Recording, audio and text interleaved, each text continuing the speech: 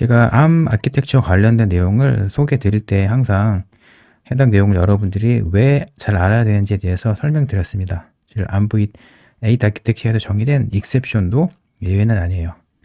이번 시간에는 암부잇 에잇 아키텍처에서 정의된 익셉션을 잘 알아야 되는 이유에 대해서 간단하게 여러분께 설명드리도록 하겠습니다. 가장 먼저 여러분이 암부잇 에잇 아키텍처에서 정의된 익셉션을 잘 알아야 되는 이유는요. 전반적인 암부잇 에잇 아키텍처를 이루는 기능을 잘 이해하기 위한 핵심 개념입니다.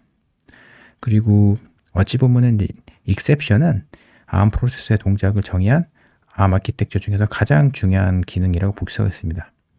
왜 그러냐면 익셉션과 관련된 내용을 여러분들이 아셔야지 어떤 시스템 콜이라던가 인터럽트라던가 그리고 뭐 버추얼라이제이션, 트러스트 존과 같은 그런 여러 확장된 기능에 대해서 여러분들이 파악을 할 수 있기 때문입니다. 그리고 여러분이 익셉션을 잘 알아야 되는 이유는요. 암부잇 7 아키텍처 시간에 제가 설명드린 내용이긴 한데요. 실전 프로젝트에서 만나는 다양한 문제를 잘 해결할 수 있는 그런 기반 지식이 바로 익셉션입니다. 특히 크래시나 메모리 오버트가 발생하게 되면 이와 같은 문제를 여러분이 일정 내에 반드시 해결해야 되거든요. 그런데 익셉션의 동작 원리를 잘 알게 되면은 암 아키텍처가 어떤 방식으로 익셉션이 유발이 됐을 때 레지스터를 업데이트하고 그리고 관련된 내용을 처리하는지에 대해서 여러분이 잘 파악을 하시게 되면은 이러한 크래시나 오버트와 관련된 메모리 오버트와 관련된 이슈를 잘 해결하실 수가 있습니다. 디버깅 능력을 키우기 위한 기반 지식이 바로 익셉션이라고 할 수가 있어요. 그 암부잇 에잇 아키텍처에서는요, 익셉션이 유발이 되게 되면 여러 시스템 레지스터를 통해서 익셉션이 유발된 세부 원인을 하드웨어적으로 다 알려줘요. 그렇기 때문에 익셉션이 유발이 되게 되면 먼저 관련된 레지스터 정보를 먼저 파악을 하시게 되면은 익셉션이 유발된 세부 원인을 좀 더 효율적으로 파악할 수가 있습니다. 특히 메모리 오버트 같은 경우는 암부잇 에잇 아키텍처에서 익셉션 신드롬 레지스터가 익셉션이 유발된 세부 원인을 그 비트 인코딩 값을 통해서 알려주거든요. 그렇기 때문에 이런 암 아키텍처에서 익셉션을 처리하는 방식을 잘 알게 되면은 여러분이 디버깅을 좀 더 손쉽게 효율적으로 할 수가 있습니다. 그리고 여러분이 만약에 트러스트 존과 관련된 주요 기능을 이해를 하시려면 물론 트러스트 존의 기본적인 개념에 대해서 먼저 익히셔야 되는데 좀 깊게 트러스트 존의 구현 방식을 여러분이 파악을 하시는 상황에서는요. 익셉션의 동작 원리를 아셔야 돼요. 왜 그러냐면 트러스트 존 같은 경우는 소프트웨어적인 실행 흐름을 non-secure와 secure 이게 두 개로 나누죠. 근데 non-secure에서 secure 그리고 secure에서 non-secure로 다시 복귀할 때 이때 어찌 보면은 익셉션을 유발을 한다고 볼 수가 있어요. 이 과정에서 SMC 명령어를 실행하는데 소프트웨어적으로 SMC 명령어를 실행하게 되면은 익셉션이 유발이 되는 것이죠. 그렇기 때문에 이 트러스트 존과 관련된 세부 동작 원리를 세세하게 파악하시려면 익셉션의 동작 원리를 더 아셔야 됩니다. 그리고 가상화 시스템을 이해하기 위한 기반 지식이 또 익셉션이에요. 왜 그러냐면 이 하이퍼바이저 기반 위에서 실행이 되는 이제 가상화 클라우드 시스템은 이런 암부잇 에잇 아키텍처의 익셉션 기반 위에서 동작을 해요. 예를 들면 익셉션 레벨 1에서 어떤 상황에서는 인터럽트가 유발이 되면 익셉션 2로 이제 해당 익셉션 레벨이 바뀌면서 익셉션 레벨 2에서 이를 받아 처리를 할 수 있는 구조로 설계를 할 수가 있고요. 그리고 그 가상 머신이라고 하죠. 게스트 OS에서 HVC 하이퍼바이저 콜을 수행을 할 때 실행이 되는 HVC 명령어를 실행하게 되면은 이제 익셉션 레벨 1에서 익셉션 레벨 2로 익셉션 레벨을 스위칭하게 됩니다. 그러니까 어찌 보면은 이런 그 익셉션 레벨이 스위칭을 하는 과정에서 익셉션이 유발이 되거든요. 근데 여러분이 익셉션이 어떤 방식으로 동작하는지를 기본적으로 아셔야지 이런 가상화 시스템을 잘 이해하실 수가 있습니다. 이번에는 익셉션 벡터와 관련된 전체 구조를 보면서 여러분이 익셉션을 잘 알아야 되는 이유에 대해서 다시 한번 설명드리겠습니다. 자, 왼쪽에 보이는 부분은 이제 넌 시큐어 상태, 오른쪽에 있는 부분은 시큐어 상태인데요. 여기 보시는 바와 같이 svc 명령어, svc 명령어를 이제 exception 레벨 1에서 실행하게 되면은 exception 레벨 0에서 exception 레벨 1으로 exception 레벨이 스위칭을 하죠.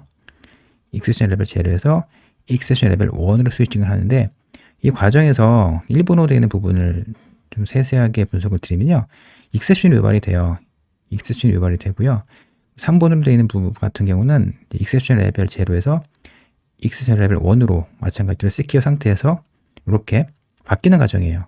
마찬가지로 exception 레벨 0에서 실행이 되는 트러스트드 애플리케이션에서 svc 명령을 실행하게 되면은 이제 exception이 유발이 돼요. 네. 그렇기 때문에 이런 소프트웨어적인 전체 실행 흐름을 잘 이해하시려면 exception이 어떤 방식으로 동작하는지를 파악을 하셔야 됩니다. 자, 여기 보이는 2로 된 부분과 4로 된 부분은요, 이제 SMC 명령어를 실행하는 상황 과정에서 어찌 보면 exception이 유발이 된다고 볼 수가 있어요. exception 레벨 1에서 SMC 명령을 실행하게 되면은 exception 레벨 3로 스위칭을 하면서 exception이 유발이 되죠. 마찬가지로 secure 상태에서 exception 레벨 1에서 이제 SMC 명령을 실행하게 되면은 이제 exception 레벨 3로 진입을 하는 과정에서 exception이 유발이 되게 됩니다. 그러니까 이런 소프트웨어적인 실행 흐름이 이렇게 바뀌는 실행 흐름을 사실 exception을 통해서 이해할 수가 있다라고 볼 수가 있어요. 그러니까 이렇게 SVC 명령어나 혹은 SMC 명령어를 통해서 exception 레벨이 바뀐다는 게 무엇이냐면, 각각 exception 레벨에서 실행이 되는 소프트웨어가 어찌 보면은 실행 흐름이 바뀌는 동작이라고 볼 수가 있잖아요. 그리고 추가로 또 설명을 드리면, 지금 이 그림에서 나와 있지 않은데 인터럽트가 유발이 되면 인터럽트가 페리페럴 디바이스에서 이렇게 지금 뭐 운영체제 커널로 라우팅이 되잖아요. 근데 이런 상황에서 인터럽트 같은 경우도 exception의 한 종류로 ANV8 아키텍처를 처리를 하거든요. 그렇기 때문에 ANV8 아키텍처에 정의된 exception 동작 원리를 잘 알아야지 전반적인 소프트웨어 실행 흐름을 여러분이 잘 파악할 수가 있습니다.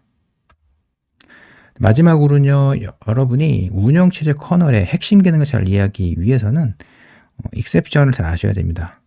제가 이전 슬라이드에서 여러 번 설명드렸다시피 시스템 콜 같은 경우는 어찌 보면은 ARM 아키텍처의 exception의 동작 원리를 활용해서 구현이 됐다고 볼 수가 있고요.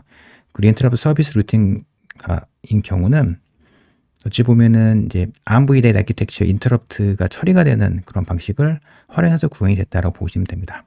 왜 그러냐면 ARMv8 아키텍처에서는 인터럽트를 exception의 한 종류로 처리하거든요.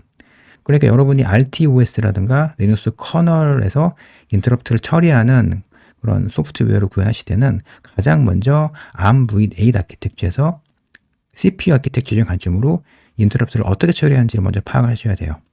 그리고 페이지 폴트 같은 경우는 리눅스에서 많이 활용이 되고 있는 어찌 보면은 온 디맨드 페이징 기법으로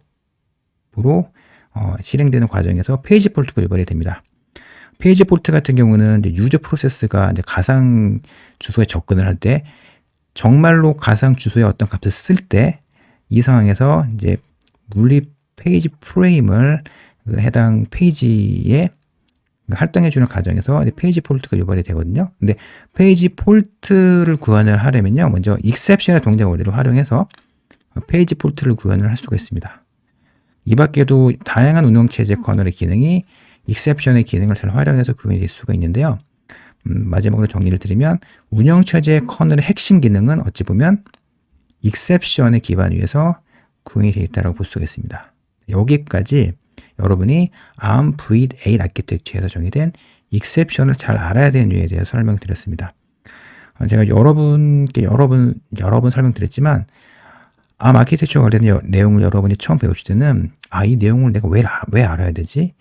이 내용을 알면 프로젝트에서 이를 어떻게 활용을 해야 되지라는 그런 질문을 스스로에게 많이 해보시는 게 중요해요. 왜 그러냐면 그 아키텍처적인 내용은 어찌 보면은 좀 굉장히 포괄적인 내용도 많이 담겨 있고요. 그리고 조금이라도 동기부여가 되지 않으면 학습 효율에 굉장히 많이 어찌 보면은 떨어질 수 있기 때문에 여러분이 어떤 내용을 새로운 암 아키텍처에 관련 내용을 배우실 때는 이 내용을 내가 왜 잘 알아야 되는지에 대해서 많이 고민해 보셨으면 좋겠습니다. 물론 제가 계속 여러분께 해드리는 강의를 통해서 여러분께 설명드리는 암 아키텍처의 주요 내용이 왜 필요한지 이 내용을 알면 현업 프로젝트에서 어떻게 활용될 수 있는지에 대해서 물론 계속 설명드릴 예정입니다.